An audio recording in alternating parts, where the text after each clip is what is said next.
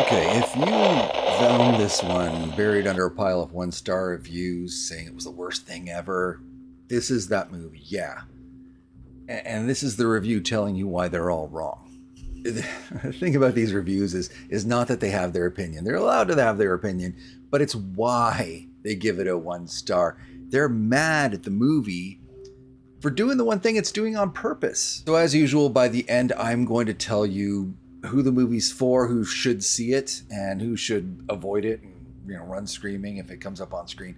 I'm going to get into that, but before I do, I want to sort of give you an image from the movie. This is just right here at the top. Now, I'm spoiler free in general. You're not going to get a lot of spoilers from me. I'll just talk roughly about the stuff that happens. But there is one scene, a 90-second scene, involving a guy in a Bigfoot costume and a hunter with a rifle. And that should stay in your head. That little image as everything you need to know about the movie. Hold that right there. This, if you really want to know what the movie's about, though, it's a movie about making a movie that asks the question, what if a found footage movie was made by accident while trying to make a found footage movie? I swear to God, this makes a weird kind of sense. I promise. I'm going to explain. That's only a part of what they're missing, so I'm going to crack into that. But first, hi, my name is CJ, and I am your movie god for the Found Footage broadcast. If you've subscribed, you are already a member of the cult of the movie god, so welcome, my fellow found footage fanatics. Hit the button below. You know the one. And roll the intro. Here we go. Today, we're doing Found Footage 2025, the making of the Patterson project.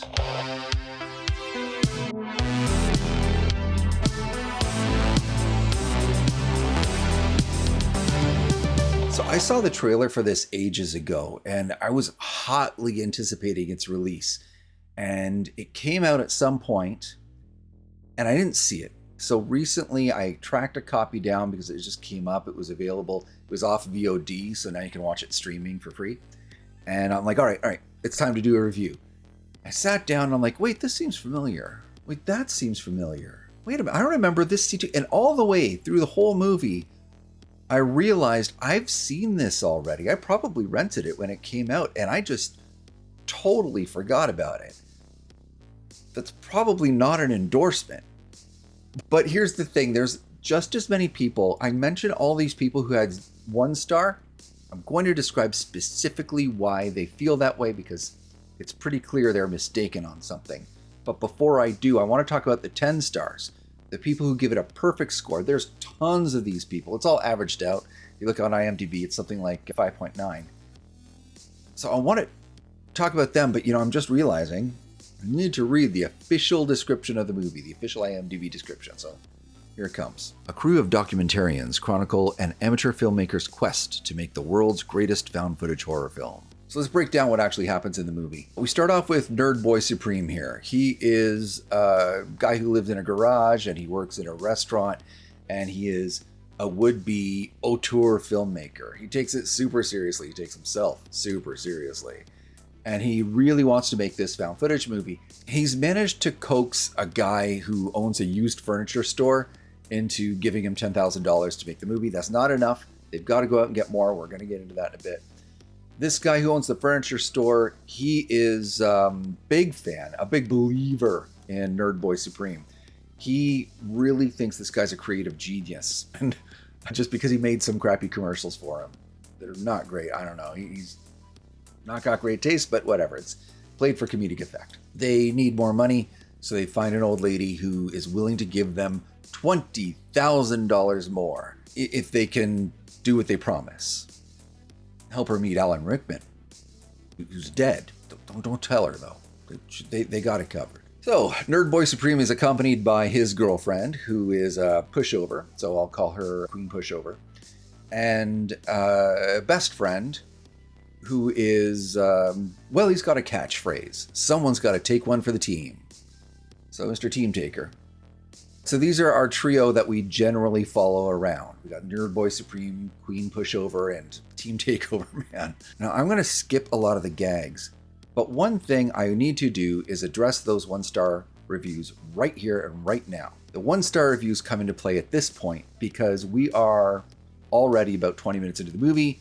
Nothing even hinted at fear, at horror, at scary, because this isn't a horror movie, ladies and gentlemen. It was never supposed to be a horror movie. There are horror elements. There's blood, there's gore, there's terrible supernatural things afoot. But that's also a gag.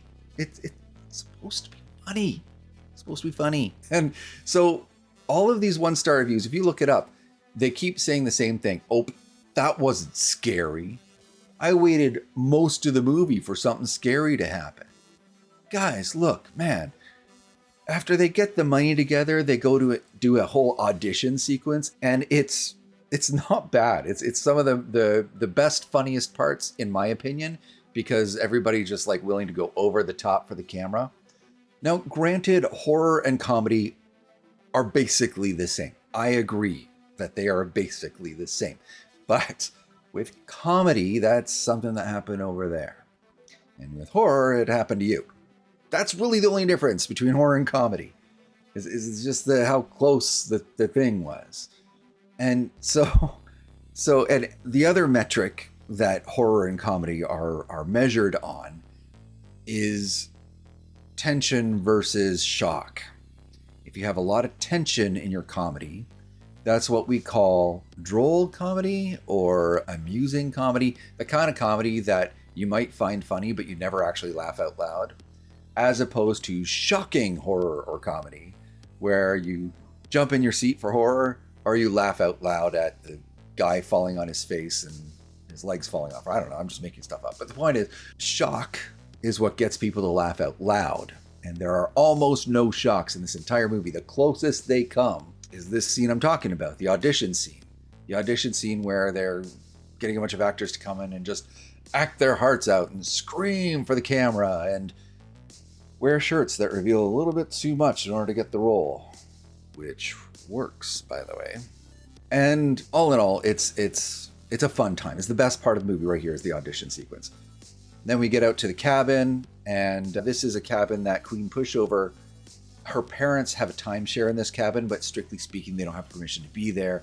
She tried to tell her boyfriend, Captain Super Nerd, I've already forgotten what I called him, and he just didn't want to listen. The cabin's too perfect, we're going. And there's a pattern with him. He never listens to her, which is take one for the team's incentive to come to Queen Pushover's defense later on. This whole little love triangle, which you see coming a mile away, is, as all love triangles, the least interesting part of the movie. So that's the last I'm ever going to mention it. Anyway, they get out to the cabin. They're looking for storage space, so they go to the basement and disturb an altar, and evil is unleashed and gradually grows and grows and grows. And most of the movie is focused on the buffoonery around making a movie that's dumb in concept and rendered by idiots. And some spooky things happen, but they're not actually scary. They're just like, oh, that's supernatural and creepy. Wonder where that's going. And we have to wait to find out where it's going. And when we finally get there, it happens in the climax. But I sort of want to address the climax bit. How do I put this? So while the comedy doesn't necessarily build, they build in a different direction. Instead of getting funnier and funnier and having the stakes climb higher and higher to comedic effect, instead they sort of make us care about the characters, or at least they try to, so that by the time the horror element has come in and everyone's potentially doomed, they break the action, someone takes out an acoustic guitar, and we have a touching, heartfelt moment with a moving little song. If I'm being honest, the scene actually does work, but I don't care about these people. So as soon as he's done the song and we get blood and gore and horror all over the screen, and then a little twist horror ending at the very, very end, I don't actually care. It's just sort of fun and funny. And, I don't want to take away anything from it, though. I think that the horror being fun and funny was, in fact, the point. What if, in making a found footage movie, actual found footage movie stuff happened?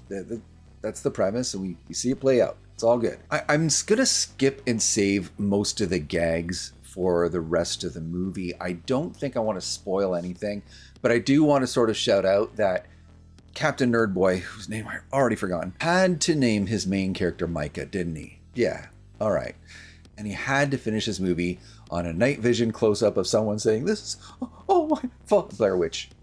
Nonsense. Little corny, a little on the nose, but kind of a funny gag. But otherwise, I'm not going to ruin any of the gags for you. There's a whole bunch, and they're cute, and if you're paying attention, you'll pick up on them. I want to dive more into the pay attention factor, but it's time to address the main question, the big question, the only question that matters. Should you watch it? And I want to start with the people who shouldn't, and address people who are in that 1-star camp. Most people who rated it 1 star expected horror and didn't get it. This is not a horror movie. It's a comedy with like horror trappings, but all this stuff is distant enough that like it's all happening to someone else. There's nothing that hits you as like so it's all played for laughs. And so if you're looking for horror, this is not that ever. But here's the other thing. If you need your comedy to be shocking, if you need someone making crazy faces in the camera, if you need them to be ridiculously idiotic, if you need someone to fall over and have their legs fall off, I don't know. I'm obsessed with legs falling off. That does not happen in this movie. I don't know why I'm saying that. If you need a pie in the face, it's something like that, then this is not that comedy. This is subtle comedy. You will not be laughing out loud. This is not laugh out loud comedy. So it's subtle on those two levels, and you're going to miss it. It's not going to feel good. However, if you're okay with subtle comedy, and moreover, if you're a film nerd, you're going to like this movie. There's a whole bunch of reviews for this movie that are 10 out of 10s.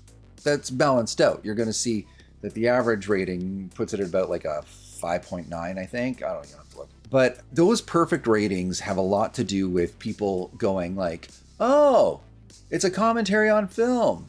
I'm a critic. I do commentary on film. So, like, if I tell everyone it's awesome, that's like proving how clever I am." It's an ego thing. It's a total ego thing to say that this is a perfect movie. It absolutely isn't. However, if you were big into like This Is Spinal Tap or American Movie or Steve Buscemi's Living in Oblivion. Yeah, if you were like fans of like movies about making movies, then this is all you, man. You're gonna love this. And the comedy is, again, like subtle. You're not ever gonna laugh out loud, but it is consistent. It's consistently funny throughout the whole thing.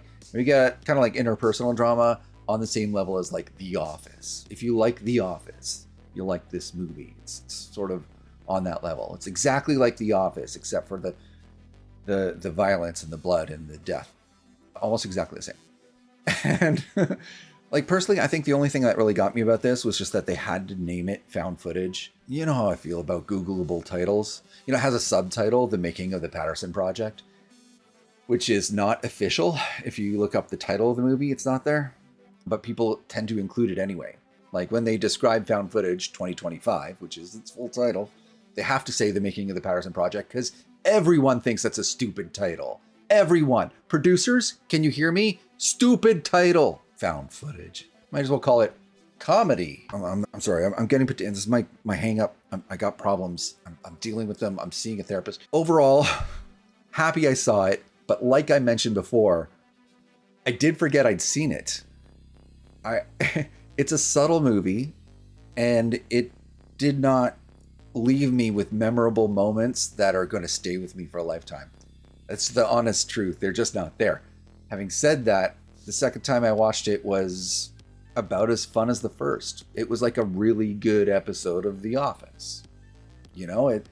It's amusing enough to hold your attention, and if you're just looking for something light, you just want something that's just not going to bum you out tonight, but you still want to stick to the found footage genre, then Found Footage 2025 is the movie for you. Next up, oh, darn it. I had a movie picked up for next. I don't remember what it was. Oh well. It's coming up in just a few days anyway. So watch this space. Don't forget to subscribe.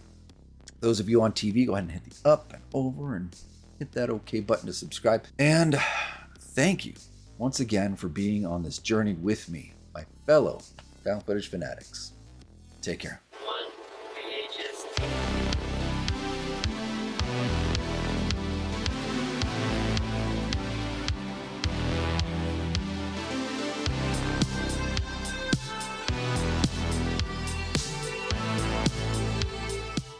Let me try again. Jesus, I'm all over the place today.